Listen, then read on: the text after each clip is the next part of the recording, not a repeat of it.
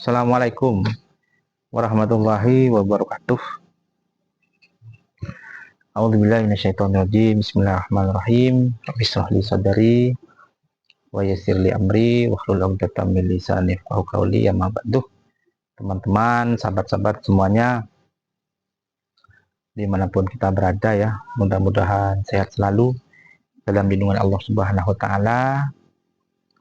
Yang menyimak dan yang menyampaikan mudah-mudahan menjadi amal jariah, amal yang selalu kelimpahan rahmat, limpahan ampunan dari Allah Subhanahu wa Ta'ala. Amin ya rabbal alamin. Alhamdulillah ya, teman-teman, sahabat-sahabat, sekarang sudah kita berpuasa hari ke-29. Jadi nanti malam kita akan melaksanakan sholat tarawih pada malam ke-30 ya. Ini konten untuk lanjutnya, bukan untuk nanti ya. Jadi alhamdulillah.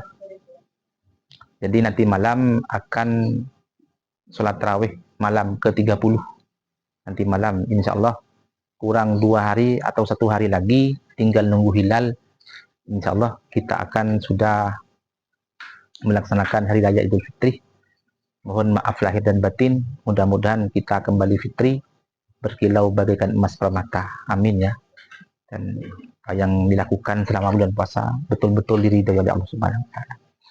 Nah, fadilah sholat tarawih ya pada malam ke-30 ya, itu Allah akan membangunkan rumah di dalam surga, subhanallah. Jadi Allah akan membangunkan rumah di dalam surga untuk hamba Allah atau orang-orang yang Allah ridhoi, yaitu orang yang melaksanakan sholat tarawih pada malam ke-30. Mudah-mudahan kita kuat mampu melaksanakan sholat tarawih pada malam ke-30. Yang sebelumnya, malam sebelumnya juga keutamaan sholat tarawih itu bisa melewati jembatan Siratal Mustaqim secepat kilat. Luar biasa ya. Jadi nanti teman-teman juga akan melewati jembatan yang tajamnya seperti silet, kecilnya seperti bagaikan rambut di belah 7, dan disitulah taruhannya umat untuk melewati jembatan Siratal Mustaqim menuju surganya Allah Subhanahu wa Ta'ala. Bagi yang jatuh di jembatan itu, maka di bawahnya adalah neraka. Di bawahnya neraka. Jadi disitulah para umat, para nabi, para hamba-hamba Allah yang soleh, kaum santri akan menaiki amalnya masing-masing. Ada yang naik masjid, ada yang naik madrasah, ada juga yang naik kurban. Yang biasanya kurban sapi itu, satu sapi bisa dinaiki oleh 7 orang, atau kambing 1 orang, itu akan menaiki itu. Ceritanya di kitab Riyadhus Shalihin seperti itu.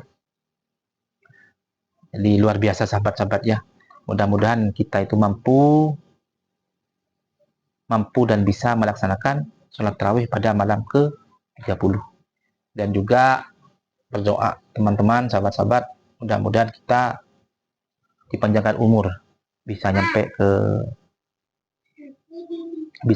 ke tahun akan datang, bulan Ramadan yang akan datang. Jadi segala amal yang kita lakukan mudah-mudahan diridhoi oleh Allah Subhanahu wa Ta'ala.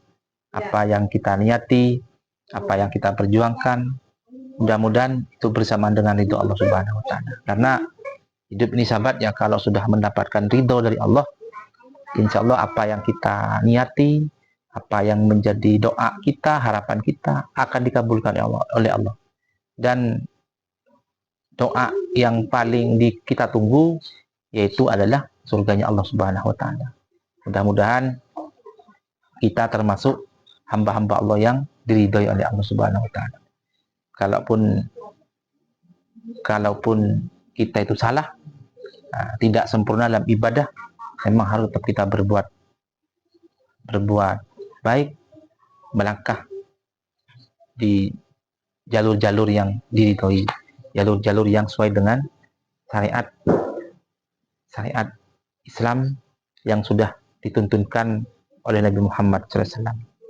Nabi Muhammad SAW juga berpesan, umatku kelak tidak akan sesat, umatku kelak tidak akan tersesat dimanapun engkau berada, selama berpegang teguh kepada dua pegangan atau dua aturan. Apa itu? Satu Al-Quran, dua As-Sunnah.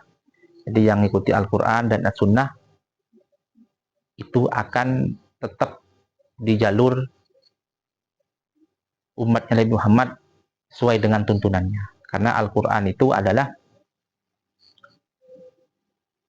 pedoman umat Islam yang diberikan oleh Allah melalui malaikat Jibril yang diturunkan berangsur-angsur oleh beliau malaikat Jibril sampai sebanyak 30 juz. Jadi itu diturunkan selama 20 tahun oleh Allah Subhanahu wa taala. Inna nahnu nazzalnahu dzikra wa innahu lahafidun.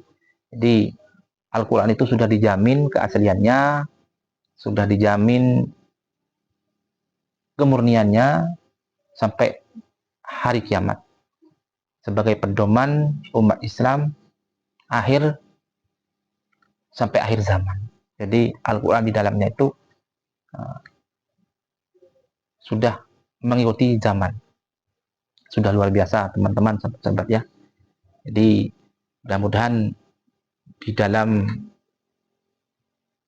ini melaksanakan sholat tarawih, melaksanakan puasa selama bulan Ramadan ini, mudah-mudahan banyak ataupun sedikit, mudah-mudahan ada hal gerakan atau ibadah kita sekecil apapun, mudah-mudahan ada hal yang diridhoi oleh Allah Subhanahu wa taala.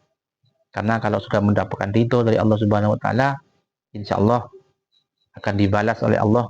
Itu balasannya adalah surganya Allah Subhanahu wa taala. Karena yang mampu dan bisa membuat kita masuk surga itu bukan karena ibadah. Ya, bukan karena ibadah atau sujud kita, tapi ridhonya Allah Subhanahu wa taala. Bisa saja karena memberi makan kucing, itu bisa saja masuk surga. Kenapa? Kalau itu bersamaan dengan ridho Allah Subhanahu wa taala. Kita menolong hewan, itu bisa saja bersama dengan ridho Allah Subhanahu wa taala. Jadi yang kita cari, mudah-mudahan Ramadan ini bisa menjadi momentum yang baik kepada kita semua untuk lebih baik lagi menuju hari kemenangan. Insya Allah besok ya, atau besok lusa kita akan melaksanakan sholat Idul Fitri. Mohon maaf lahir dan batin, dan mudah-mudahan hati ini kembali fitri, berkilau bagaikan emas mermata.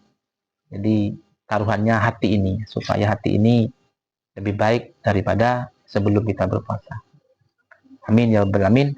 Mungkin teman-teman, sahabat-sahabat, itu yang bisa kami sampaikan dalam hal keutamaan sholat tarawih pada malam ke-30. Ya.